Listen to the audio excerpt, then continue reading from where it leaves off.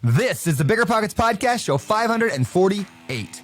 Shrugging off the disasters, the failures, the times you were screwed by other people, and just focusing, very clearly focusing on how to get back on top, how to get back in the game. And that has been our key to success. It's that just kind of dedication of saying, what is it going to take, and being willing to do whatever that is to get back, instead of looking in your rearview mirror and being bitter at whatever just happened. What's going on, everyone? It's Brandon Turner, host of the BiggerPockets podcast, the show where we teach people that real estate investing can change your life forever. And you're going to hear a lot about how real estate changed two awesome buddies of mine, their life forever, on today's show. And we're going to get into a bunch of cool stuff. But first, let me bring in my friend, my bestie, and the future full host of the BiggerPockets podcast in the new year, David Green. David Green, man. It is good once again to be joining you for one of our last together shows for a while. It's good to be joining anyone that says what you just said about me. I mean, you could do that all that you want. How do I hire a person like you to just go before me and announce me in that same way that you just did? Well, let me just add to your ego a little bit. So as we jump on this call to talk a little bit ago, me and David, to record this introduction, he was wearing a tank top because he was getting his official shirt on that he was wearing for this episode, the one you're seeing right now. But I made some joke about muscles, and he flexed his arms. And I'm not kidding. I did not know you were that ripped, David Green. I'm not even kidding. Like, you guys, I wish I could have recorded it. The guy looks like the Incredible Hulk. It was in a good way. It was not so green. But, man, your working out has been made an impact. So good job, man. I appreciate it. I think I do a better job of hiding anything attractive about me than anybody else that's out there. It is the best kept secret in media, I promise you. There you go. Well, if you want to see what I'm talking about, you have to watch the YouTube video of this show. But anyway, we got to get on with this episode. We got a lot to cover today. Like I said, today's good buddies of mine.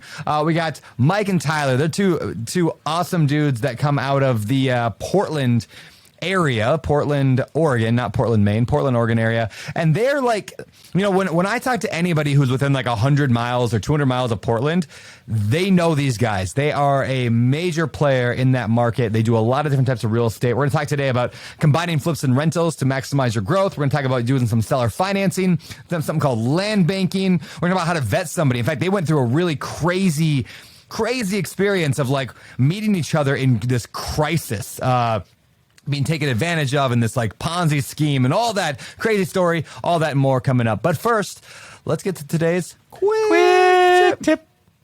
All right, today's quick tip is brought to you by David Green because I didn't think of one. Today's quick tip is find your perfect partner. As Brandon just complimented my physique, which was very nice of him, he compliments me in other ways, and we talk about that on the podcast all the time. Today's guests compliment each other, and they talk about how they bring various skill sets into a partnership. So when you're looking for a partner, a common mistake is that you find someone just like you that has all the same skills as you, and now you have two people who are fighting over the same jobs and avoiding the same jobs. You're actually looking for the opposite. So to sum that up, look for someone that's going the same direction as you, with the same values as you, but who has complementary skills than you. Wow, man. That was really good. That was good on the fly. Well, all right. Well, let's get on with this episode. Today is, if you're watching this when it comes out, we are Christmas Eve, right? So we are coming up on the Christmas holiday season. So Merry Christmas, Happy Holidays, and as this greeting card that I bought online says, Meowie Christmas. And yes, this is a picture of a cat in a sweater. So David, it looks a lot like the sweater that you bought when we were shopping. It looks exactly like that sweater. Yeah, that's funny. So I am actually I have this card in my hand here, David. Funny enough, I was writing this card to you when we started, like when I realized, oh, shoot, I'm supposed to be on a call with David. So this greeting card goes to you. So, man. That's very sweet of you. However, you told me about this card already. So don't think that I'm going to fall for it. You're going to fall for it. It's going to be great. It's the greatest Christmas card in the history of mankind. I'm just going to say that one. So I'll tell people what it is. So, you know, I probably won't send it to each one of you. I found this on an Instagram ad. And when you open it up, it plays this. Can you hear that? Yes, we can. And then it doesn't stop until the battery dies 3 hours later. You cannot shut off the sound of the meows. So, David, I think that's looking forward to you. Yeah, I want you to open that, or I want you to give it to like one of your assistants and be like, "Here, I got these cards in the mail for Christmas. Will you just open them all and like put them in your office for a while?" Exactly what I'm going to do. Like that. Yes, yes. It's gonna be great. Once you open it, there's no going back. It's hours of meowing. All right, man. Let's get on with today's show. Before we bring in Mike Nuss and Tyler Combs, two good friends of mine that are killing it. Anything you want to say, David? Yeah, just like your Christmas card, this podcast just won't stop. I thought you were going to say it's like meowy good or something. I don't know. All right, meow, let's get to the episode. Mike and I forget your name. Tyler. Tyler, welcome to the I'm just kidding, guys. Welcome to the show. How you guys doing? We're doing great. Man, it is so good to have you. It's been years since we've been friends, and we've talked 1,000 times about making this day a reality, and it has finally come true. So I'm very excited to introduce you to the world, everybody, the world of Tyler and Mike, and should be a good time today. So, and in fact, I don't even know your guys' story of how you met, so I'm going to dig into that today. But first, let's get to your individual stories. Why don't we start with any, mini, miny, mo? We'll go with Mike. Mike, tell us about yourself. What do you do, and what were you doing before partnering with this other guy? Yeah, I was a real estate appraiser. So that's how I got into the world of real estate. I was actually in high school when I started. So I was an athlete, hated school, wasn't good enough to get a scholarship or make anything of that. And I got a job opportunity to become a real estate appraiser. Job shadowed spring break of my senior year and then started full-time after that. So I did that for about 5 years before I bought my first piece of real estate. I'm a slow learner. Not really the most aware person. I've since learned that awareness is a superpower. It took me about 20 years to understand that. So that was back in 1997. So I've spent more than half my life in real estate now. Bought a handful of properties prior to the big crash, learned some lessons. 2009, wasted 26 grand on a rich dad, poor dad real estate package, which got me into the investing world. I met Tyler in 2010. No way. List of all right. The personal section. Yeah. Yeah. I was gonna How say. many relationships have started there? Yes. All right, so let's go to Tyler real quick. Tyler, what were you doing before meeting Mike? Oh man, I was a youth pastor, a missionary, and then what was I doing when I met Mike? I was working in some tech job, kind of working from home, and I had a lot of free time, and so I started flipping houses on a whim. Kind of right after the market crash, 2009, everyone seemed to be running away. So I jumped in and started buying up REOs. I found all of my contractors, everything off of Craigslist, which at first I was really proud of. And then I discovered they were all stealing from me. So I kind of had to learn some hard lessons. The only contractor who has ever directly stole from me, like I gave him $5,000 for windows, he pocketed it and never showed up again, came from Craigslist. So there you go. It's a pattern. So then you decided to meet your partner on Craigslist as well. So tell us how did that happen? How'd that go down? Yeah, I bought an REO that ended up being I think it was a 3-year legal battle with the city over a floodplain issue and some other stuff. So I eventually did what every good flipper would do and tried to pawn it off on someone else. So I put it up on Craigslist as a flip opportunity, put all the keywords, motivated seller, willing to own or carry, just everything. So I got to know a lot of the scrappy flippers in the area that were combing through Craigslist, and Mike was one of them that called on it. And we had a brief conversation. He asked me all the best questions, and then he wisely passed on the opportunity. That makes sense. Mike, why'd you pass on the opportunity? Well, I had a business partner at the time, and I don't know that I can say on this podcast the words that came out of my mouth when I hung up the phone. But, I felt for him. I had a little appreciation for the struggle he was going through. And it's eventually we actually ended up getting out of that project together years ago. I was going to ask, what was the end of that one? Ended up having to sell it at a loss. I ended up having, I resolved it with the city and was able to finish the remodel and sell it to somebody. But after all the holding costs, and I had some pretty interesting squatter issues while I owned it over the years. So at the end of the day, it was a pretty significant loss, but we were moving and shaking and with all the other stuff we had going on by that time. So it was a loss we could stomach. That makes sense. All right. So you found each other, and let's get to, so you find each other. What happened next? How did you end up coming together to decide to work together? Yeah, that's, that gets into a recurring nightmare. We had met. Thanks for bringing up that PTSD, Brandon. Yeah, no problem. That's what we do here. Yeah. So when I, bought that real estate package, I cashed out a 401k to do that. And like I said, I had learned some lessons in the great crash. So I had no money, no credit. What do people that want to do real estate full time do with no money, no credit? They try to become wholesalers. Yeah. So in 2010, wholesaling was easy to find deals, tough to wholesale. Ended up finding two guys that I was able to wholesale a couple deals to. They saw value in me and said, "Hey, we're putting together this Ponzi scheme," for lack of a better term. And we want you to bring all your deals to us. And they had this little event they're putting together. I show up at this event. There's this AV guy named Tyler. And I'm like, Tyler Combs. I recognize that name. Oh, you're the guy I talked to on Craigslist. And met him in person at that point. They had conned him into doing the other end of that Ponzi scheme. So I was finding, negotiating, evaluating, and getting all the deals, bringing them to the Ponzi scheme. And then Tyler was going and raising capital to fund the Ponzi scheme. And then these two guys had nice suits, nice cars, boat, nice house. They just essentially made sure there's never any profit to share.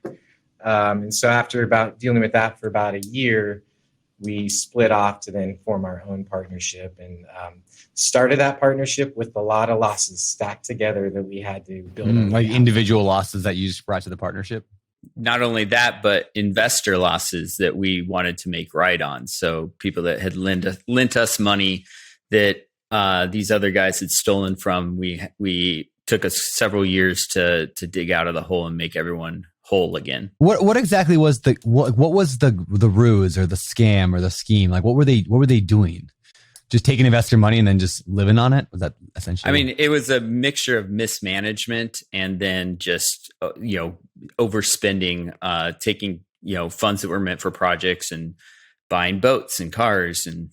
And then, their books were a mess, but when we dug into them, found out, they were just mismanaging a lot of money, and then just, it wasn't all stolen. A lot of it was just poorly managed construction projects.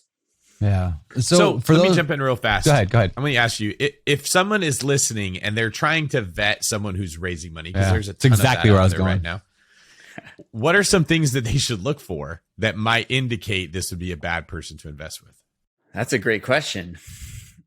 I'd say that, one, you have to get references from people that have done actually finished deals. I think that all the references that we got from these guys were from people that were mid project. So, no completed deals. No one had actually gotten their money back. So I think knowing how old these references are and weighting the references that have been working for, say, years with the person, those are so much more valuable than someone who just started working with that person. That's a great point. So you just want like references you can contact who has been paid and they can kind of testify to the experience they had. Yeah. And then you can audit their books. You can ask for P&Ls of the last several projects. You can ask for balance sheets. A lot of people can be really good at hiding their sins in QuickBooks, but a lot of people are surprisingly dumb at the accounting. And if you have any accounting background, you can sniff out that stuff. Like if I knew what I knew now, I'd be able to take one look at their books and call a spade a spade. By the way, maybe we should establish right now, where were you guys at when all this was happening? What city? Portland, Oregon. Portland, Oregon. The weirdest city in America, I think. but you got good donuts there. We'll so You have a good bookstore and you got good donuts. You have a few good things going for you. I actually love Portland. But today you guys have quite the empire. I mean, a lot of people, even just earlier, I was talking to my buddy Gene, who's out here, who's from like the Salem area, but he's staying out here in Hawaii with me right now. And I mentioned something about, I'm doing an interview today. And I think I mentioned Mike, your name, and he's like, "Oh yeah, I just talked to him on the phone a while ago. He's like the guy you talk to when you have a problem or something like that." And it's like you just have this sort of reputation. You guys have a name and a reputation around. So I want to get through. Here you are starting Rocky, coming together, trying to form this partnership. To now you're like a player like in the Portland space. So walk us through like what's your portfolio or what's your business like today, and then we'll go back and fill in all the gaps. Yeah, so we have a development company, a development company that does short-term projects. We have various LLCs that holds a bunch of rentals. We have a property management company, and we have a brokerage. And so we started as investors, and just by taking incremental steps consistently over a long period of time and the compound effect through that, we slowly built a rental portfolio, which allowed us to then take control of our own management by having enough properties there, we could afford our own manager. We sold enough real estate. Tyler had a broker's license. It made sense for us to start our own brokerage. And so then it just snowballs from there, right? And we have a big enough name, enough marketing out there that we get a lot of real estate opportunities. And then we just kind of fit those opportunities into the various buckets that we have based on how we set everything. Okay. And what's the portfolio like? Like if you were to, is it units, a multifamily, single family, a lot of houses? Like what's the makeup of it today? All right. So I'd say our kind of rule of thumb has been to flip the single family and hold the multifamily. So almost all of our rental portfolio is small multifamily or a few single families that are tied to other multifamily acquisitions. All right. So total then, how many units does that make up between you guys now? Yeah, somewhere in the 80 to 85 range. Most of that small apartments. We do have some commercial projects, and then a little bit of couple of single families for land banking purposes. Land banking purposes. All right. We got to cover that. What is land banking purposes? Yeah, it's something with zoning that allows a future higher and better use with a building on it that creates an income stream to pay for itself now, right? So doesn't have a lot of value right now, doesn't provide a lot of cash flow, but sometime in the future when either zoning is going to change or when the neighborhood's going to be ready to be developed, then we can put it to a higher and better use. That's smart. So you guys are looking down the road saying, hey, 10 years from now, this might be a really good spot to put up a parking lot or I don't know, self-storage or apartment complex. But right now it's only single family houses. So we're going to keep it, hang on to it for the big picture. Is that right? Exactly. That's very cool. Yeah. An example of that is like our office building is on a zoning where we could build a high-rise structure on it. So we just put as little amount of money as we can into the office. We bought up several things around that, that were adjacent to it. And later down the road, when it makes sense for us, we can build whatever we want there. Now, what would be the plan? How high is a high rise you think you want to build? We can go 105 feet, so 9 to 10 stories. All right. Have you ever built that big yet? And in the development side? Not yet. No. Well, let's go back and fill in the blanks a little bit. So you are at the beginning, struggling, not sure where you're headed. Debt, I guess is the best way to say it. And then today you're like this, fourth in Portland. So how did you get there? Walk us through some of your journey. Yeah, I think first off is it's easier to move forward than it is to clean issues up, right? So we knew we had debts to pay off. We knew we had investors to pay off.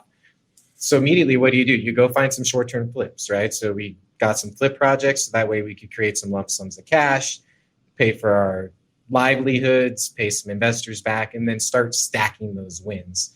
The way we started building our rental portfolio is through seller financing.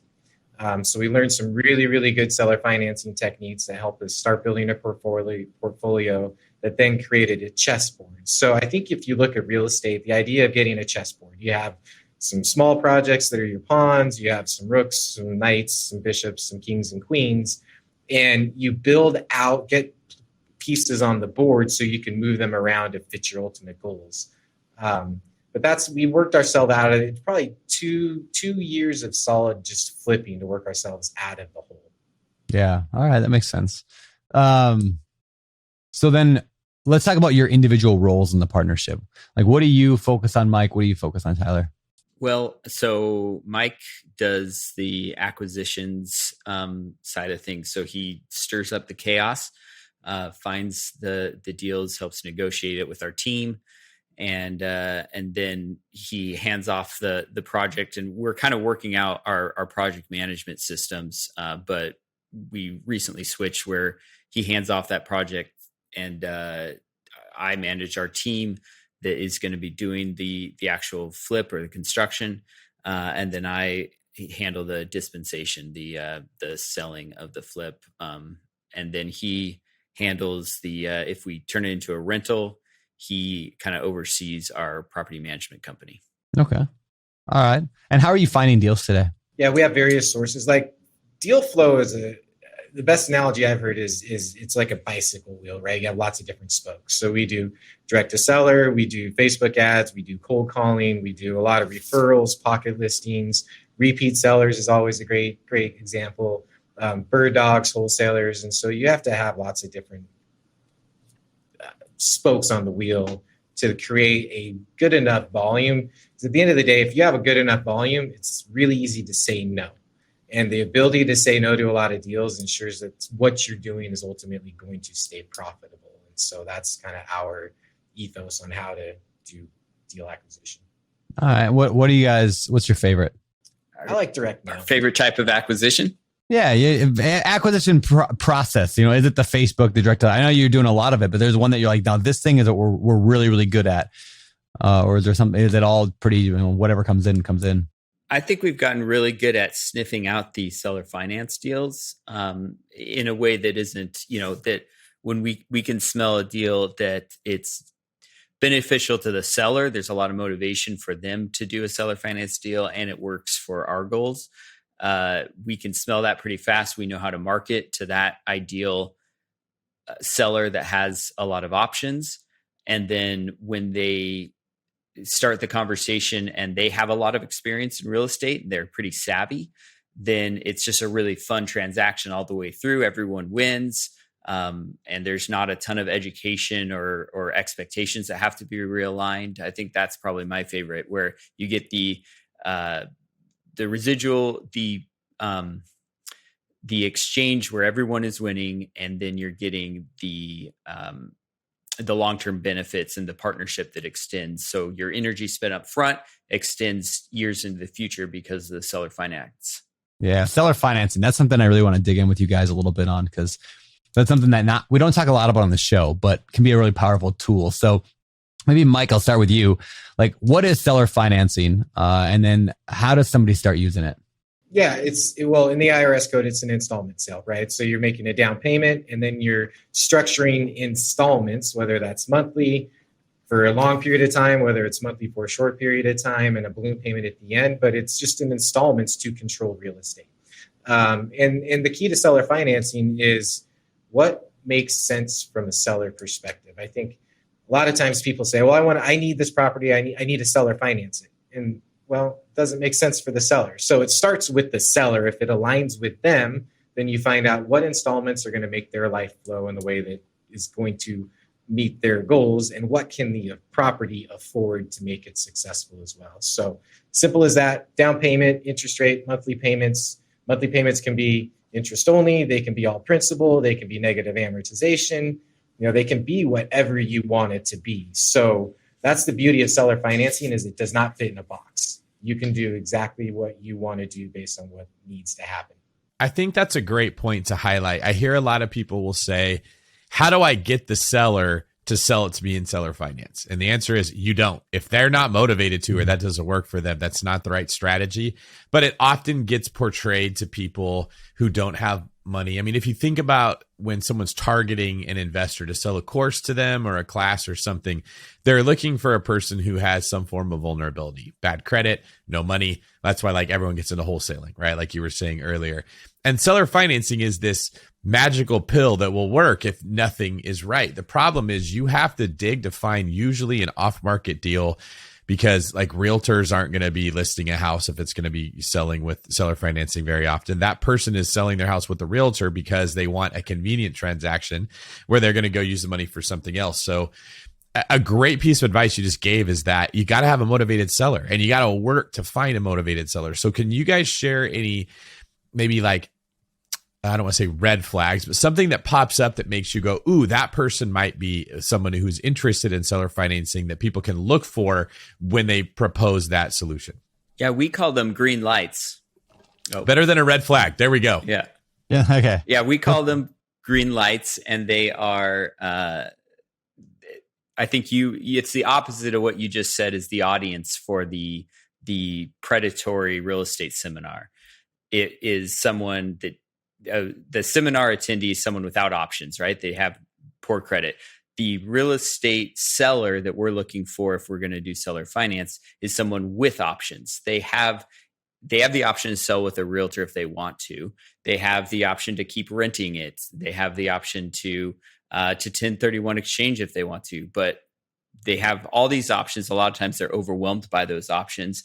And we have kind of found our niche in the ability to go in and say, all right, let's lay all your options out on the table. Let's analyze them. We'll give them kind of the numbers for every scenario. And a lot of times being able to defer their tax gains over time through an installment sale is the one that meets their needs the best. So can you cover that a little bit? What does that look like when somebody defers their tax gains by selling with seller financing? The simplest way to put it is that they don't have to pay taxes until they take the money. So if you delay the time that they have to take their money, then they're only paying on what they get. And so a lot of times if they're really concerned about their tax hit, they want a very small down payment, because then if they receive that money, they have to pay taxes on it. So they want a small down payment and they want a small installment sale payment. So a lot of times those payments are interest only. They're not even amortized because they want to keep that payment as small as possible. And so those balloons at the back end are very large when we do end up paying the note. But it allows us to cash flow in the meantime pretty easily. So it sounds like the way that you're describing this, if I understand it right, is if I sell my house and you pay me all the money up front, usually traditionally you get a loan, you use the money from the loan plus your down payment to pay me.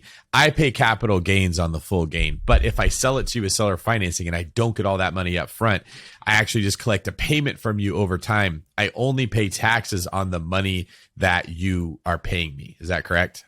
Exactly. So what type of person is doing something like that? Is this an experienced real estate investor? Is this a new real estate investor? Is this just a regular homeowner? I'll let Mike speak to that. It's the experienced real estate owner. What we found in our life of doing a lot of it is they've owned real estate for a long period of time.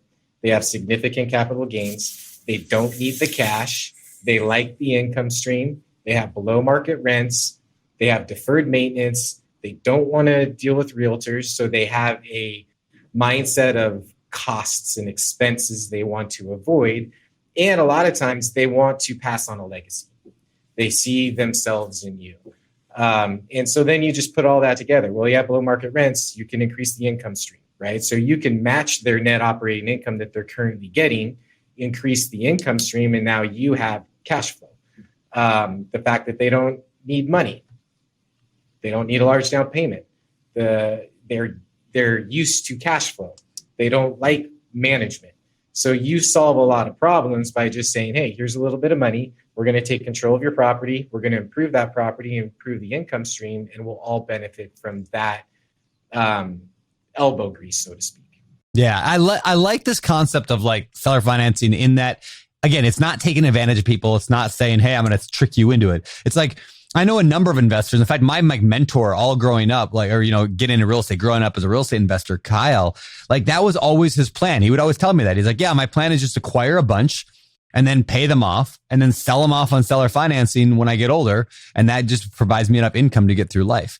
And I always thought that was cool. And he's actually doing it right now. In fact, my in-laws bought a property from him on seller financing that he had paid off. And he's just going with it. Now, do you guys ever do anything with people who don't want to pay them off? Like, do you ever do any subject to or lease option stuff? Or do you only do, or how do you get around like the due on sale clause if they have a loan? Yeah, we subject to for us, we've done, and we typically just do that on short-term projects, so we don't take on the risk of the due on sale clause. But yeah, lease option is a great way to get around that. Or you have the ability to pay the loan off if it's called, right? So we've done that where it is set up as seller financing. There is a loan on it. It is disclosed. And then we just have a clause in our promissory note that should the loan get called, we will pay that loan off. So you just plan ahead and accordingly for that. And don't put yourself in a position where if that loan gets called, you're going to have to take a loss or you're going to have to struggle in order to get that loan paid off. Yeah, that makes sense. But the vast majority of the seller financing we do is definitely free and clear. So there's no loan on the property to begin with, and that makes it real simple. Or if there is a small loan balance, a lot of times we'll just make that the down payment. So if they owe a certain percentage of the property and say it's like 20 or 30%, we'll just pay them that. Well, let me ask you this then. If your ideal like seller finance type person is an experienced investor, how does that change your marketing? Like I'm assuming you're not like writing maybe you are, but I'm assuming it's not like a yellow letter with misspelled words like I buy your house for cash money. It's probably not something like that. So what are you doing to attract people who would be willing to do seller financing for you? We went back and forth on this as to like how personal do we want to make it versus kind of professional. Yeah. And as we got more experience and had a legit company with acquisitions guys and realtors, we decided to go the professional route. And especially because we started targeting larger multifamily projects. So we have our logo and our branding on there, and we talk about being local guys that are building a portfolio in Portland, and we talk about the experience of how we've helped people like that owner of that we've helped people in their position save money or whatever the goal is, whatever the specific marketing campaign is. We talk about how we have helped people like them accomplish their goals. Yeah, that's cool. That's cool. Yeah, I feel like this is where having, in the book, The Multifamily Millionaire, which we just released at BiggerPockets, I talked a lot about this thing called the crystal clear criteria, which is like, this is the property type, this is the location, this is the strategy, this is what I'm doing. This is very particular what I'm doing. And when an investor knows that, one of the reasons that that's so important is it gives you the ability to then cater your marketing toward that. Like, let's say you're an investor and you're like, I'm going to do seller financing. That's going to be a big piece of what I do. Not that it's all you do, but let's just say it was a big piece of what you want to do. Well, great. Then you know that your ideal seller is somebody who has owned the property for maybe over 10 years or 20 years. And okay, great. Now you can target your marketing just to those people. You can go send direct mail to that type of person. And the letter will look like something that will appeal to that type of person. Versus if you have no strategy or no plan, you're just like, I'll buy anything. I just want a good deal. Then you're just sending a general message to everyone and it doesn't appeal to anybody. And so instead, I just like that concept. If somebody can pull that out of this episode, pull something from this episode, be it that, know what you're going after, and then you can specifically target that thing. And then you can broaden what you go after numerous things, but then have a plan for each of those things. Because the thing that's going to attract a 65-year-old seller, a real estate investor who's been in the game for 40 years is very different than what's going to, motivate the 25-year-old kid who got in over his head in buying his first property and now wants to move to Vegas and be a showgirl or something. I don't know. It's a different type of marketing. So, all right. So that's cool. So the seller financing is cool. What other stuff are you guys doing for financing wise? Let's say you can't go seller financing. Are you doing, do you just save up money for down payments? Are you doing any kind of syndication stuff or raising money, or what's that look like? Yeah, we do a lot of private financing. We haven't done anything syndication as for like a pooling money standpoint. We do have some capital partnerships where we're bringing all the real estate expertise. Our partners are bringing capital. We form an LLC and we have our rules in that. But it's your traditional sources, private capital, hard money for our short-term projects. We will get bank loans for BRRRRs on the back end. We also like to move our seller financing around. So one thing that we learned early on is financing and real estate are two separate things. And a lot of times the financing may be a long-term agreement or long-term commitment, but the real estate is not a long-term hold. And so you can sell real estate and keep the financing and use it to buy other real estate. Or you can refinance real estate keep that financing and buy other real estate. So we've used seller financing as like a perpetual machine to help us build out our portfolio as well. Are you referring to like cross collateralizing the financing you're getting? No, re-collateralizing, substitution of collateral. I actually heard this. Full disclosure, I haven't heard a lot of your podcast interviews. What? But you interviewed some guys. I know, blasphemy. You interviewed a guy, I think out of Colorado. He called it walking the mortgage. Yeah. I remember that, but I don't remember who that was. Yep. Yeah, neither do I. But so again, you created a relationship. What does a seller financer want? At first, they are intimate with the real estate. They know the real estate. That real estate makes them comfortable. But on a higher level, what they want is they want trust. They want loyalty. They want a rate of return. They want customer service. And they ultimately want collateral. The collateral doesn't necessarily need to be the real estate that you buy. And so if you're doing a real estate transaction, whether it's a sale or a refinance, you have cash coming into escrow, but you already have a note that doesn't need to be paid off. So then you can take that note that doesn't get paid off and the cash that would have paid off that note to then buy another piece of real estate, refinance another piece of real estate just by recollateralizing the note and keeping the cash, or giving the cash to the seller, or giving it to a lender. Yeah, maybe put that in a because this is such a powerful concept. Maybe can you wrap it into a story, whether it's a real one or example of like, house A, house B. How would that work? Yeah. So this is a really good story for you. So I got a call from Bob. Bob is amazing.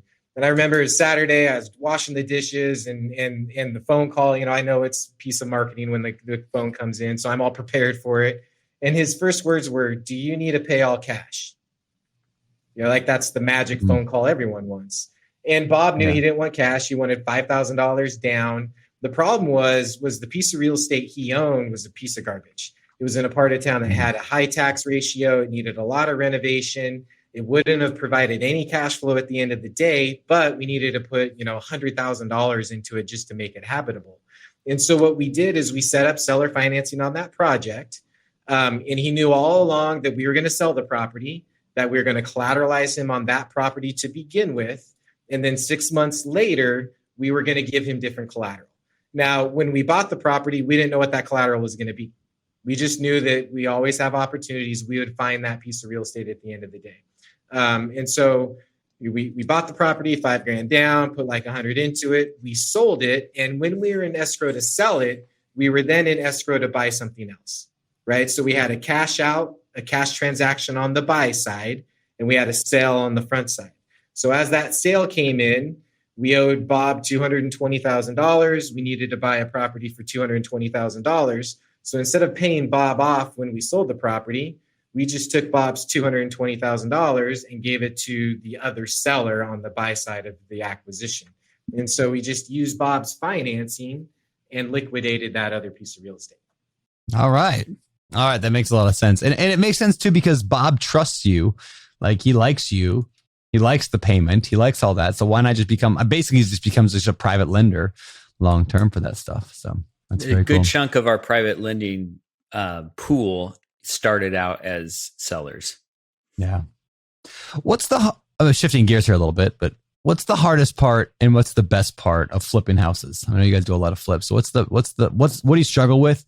And what do you find you just like, oh yeah, we get in flow. This is easy. We're awesome at it.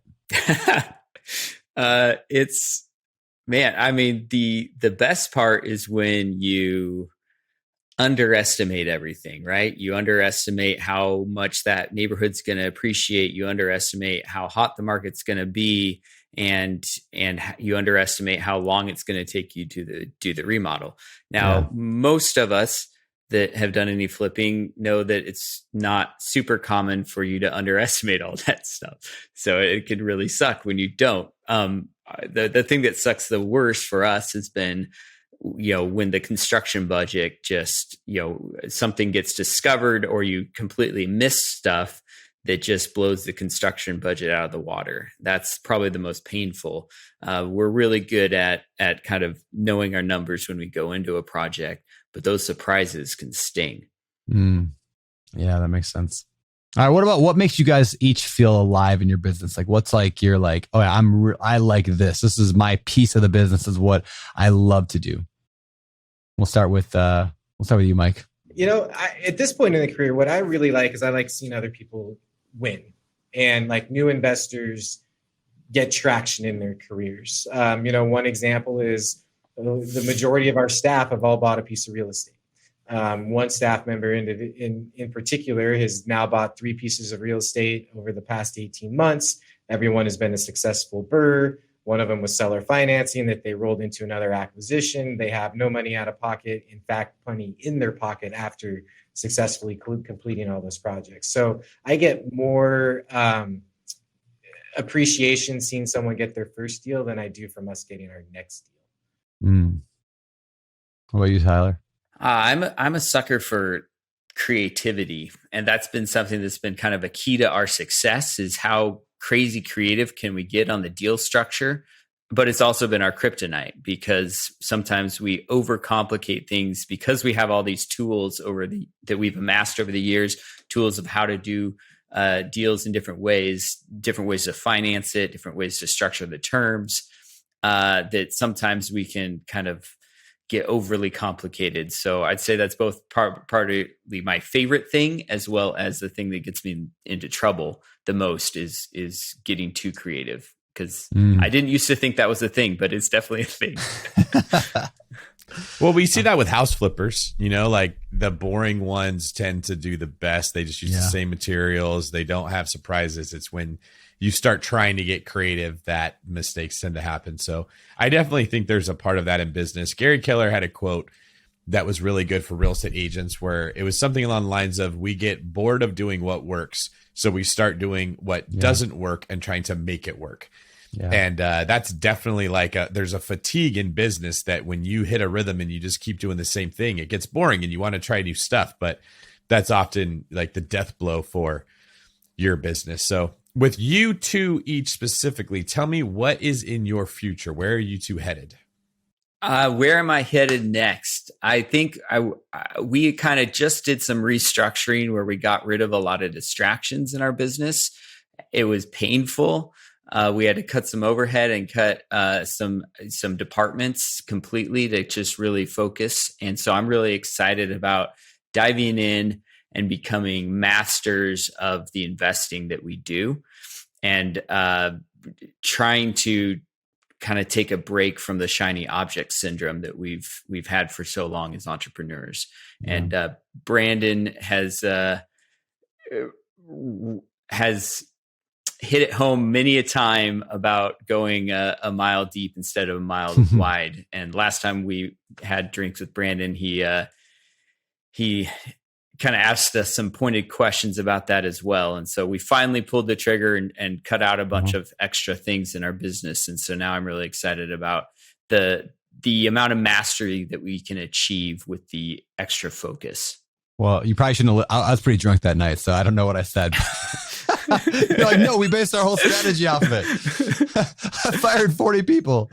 How much money does it cost to get drunk at Monkey Pod? Is that like a $900 night with those? No, it's like one drink. Mai Tais One drink does it. One Mai Tai. That's all it takes. It depends on how much of a lightweight you are, and I think Brandon is pretty light. I'm pretty light. Yeah, I'm like all 112 pounds of me. Mike, where are you headed in the future? Where do you see the business headed? Yeah, I'm really excited, like from an affordability standpoint, right? So affordability is an issue. Any large MSA, especially in Portland, we have affordability concerns. So we have a couple things in the works. We've taken advantage of a new zoning program in Portland, which allows you to build more than one unit on a single family lot. So we can have a house with 2 ADUs. We can have a duplex with an ADU.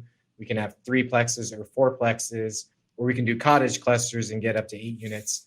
On city lots, right? So we permit density at the city level, and then we can condo convert at the state level to then set up to divide up ownership and sell.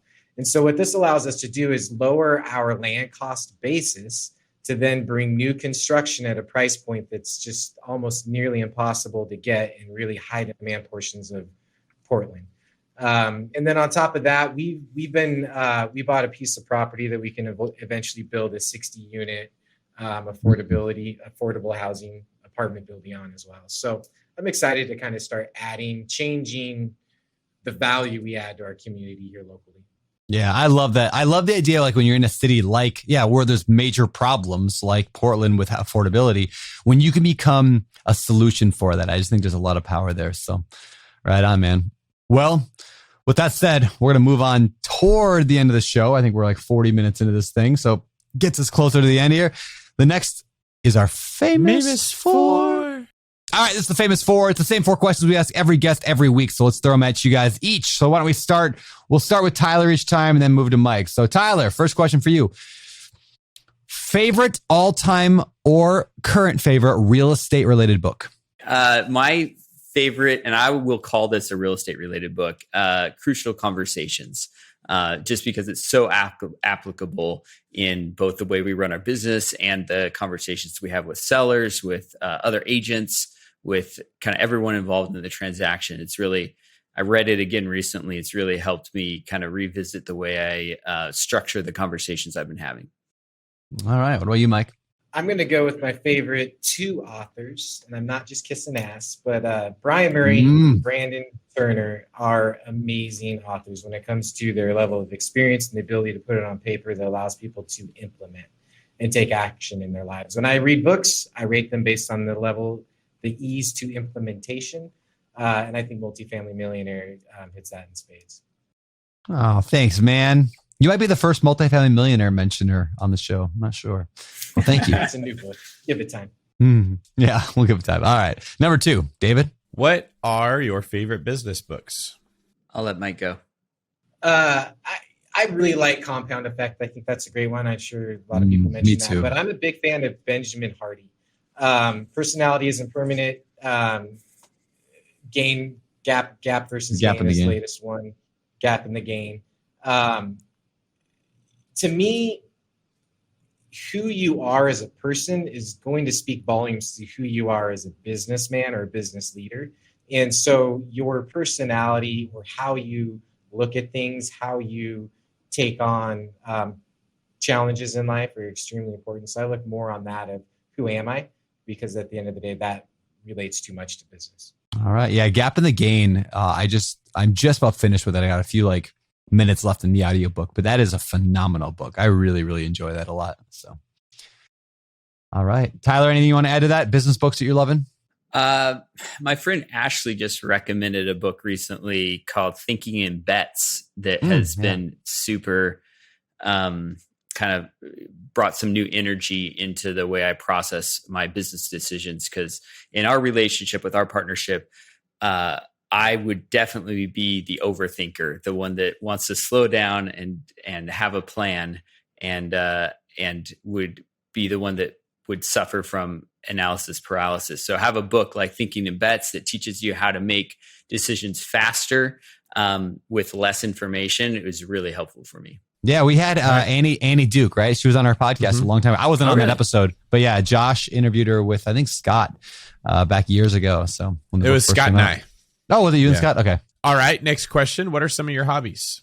Yeah, I like to golf. I learned how to wake surf this past summer. I do a lot of hiking and a lot of trail running. So typically for me, it's getting outside. Tyler? For me, it's I have 2 little girls that love the outdoors, or at least they don't have any other choice. They're going to learn to love them. And so I'd go, I love to snowboard, mountain bike, paddleboard, and we've just been doing a ton of camping and road tripping this summer, and going to go into fall doing some backcountry stuff. So just getting outdoors and playing will be a lot of fun. Awesome, man. All right. Well, last question from me, and we'll ask each of you this. What separates successful real estate investors from those who give up, fail, or never get started? Tyler, you want to start? Sure.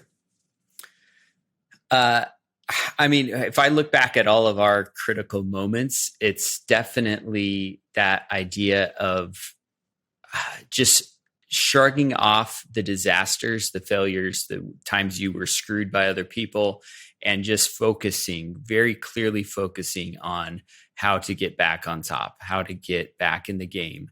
And that has been our key to success, is that just kind of dedication of saying, what is it going to take, and being willing to do whatever that is to get back, instead of looking in your rearview mirror and being bitter at whatever just happened. Yeah, man.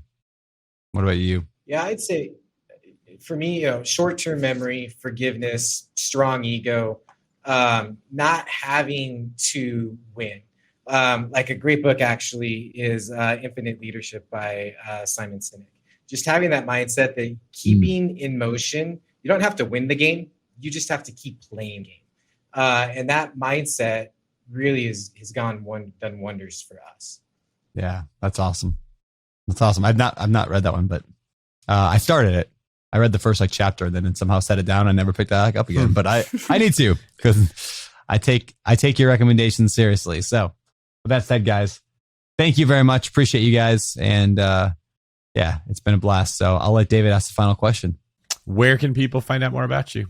Well, for our combined YouTube page, that would be Rare Bird Real Estate. Just search that on YouTube, and that's where we have a lot of our content that we've put out over the years. And then for socials, my social is I am Tyler Combs with a C. And Mike, you think you just had to get a new social. What's your Instagram handle? Yeah, rarebird_Mike. And I highly recommend setting up dual authentication, because I had my account hacked. So I'm kicked off Facebook. I can't get back on Facebook, and I had to redo Instagram. And so, dang, man, sorry, that sucks. Well, I'll put a post on my Instagram later and tell people to go follow you, build you back up a little bit, guys. In debt of gratitude. All right. Well, thank you guys. Appreciate you a ton. And thanks for being part of my community, my tribe, my people. So it's been awesome getting to know you guys the last few years.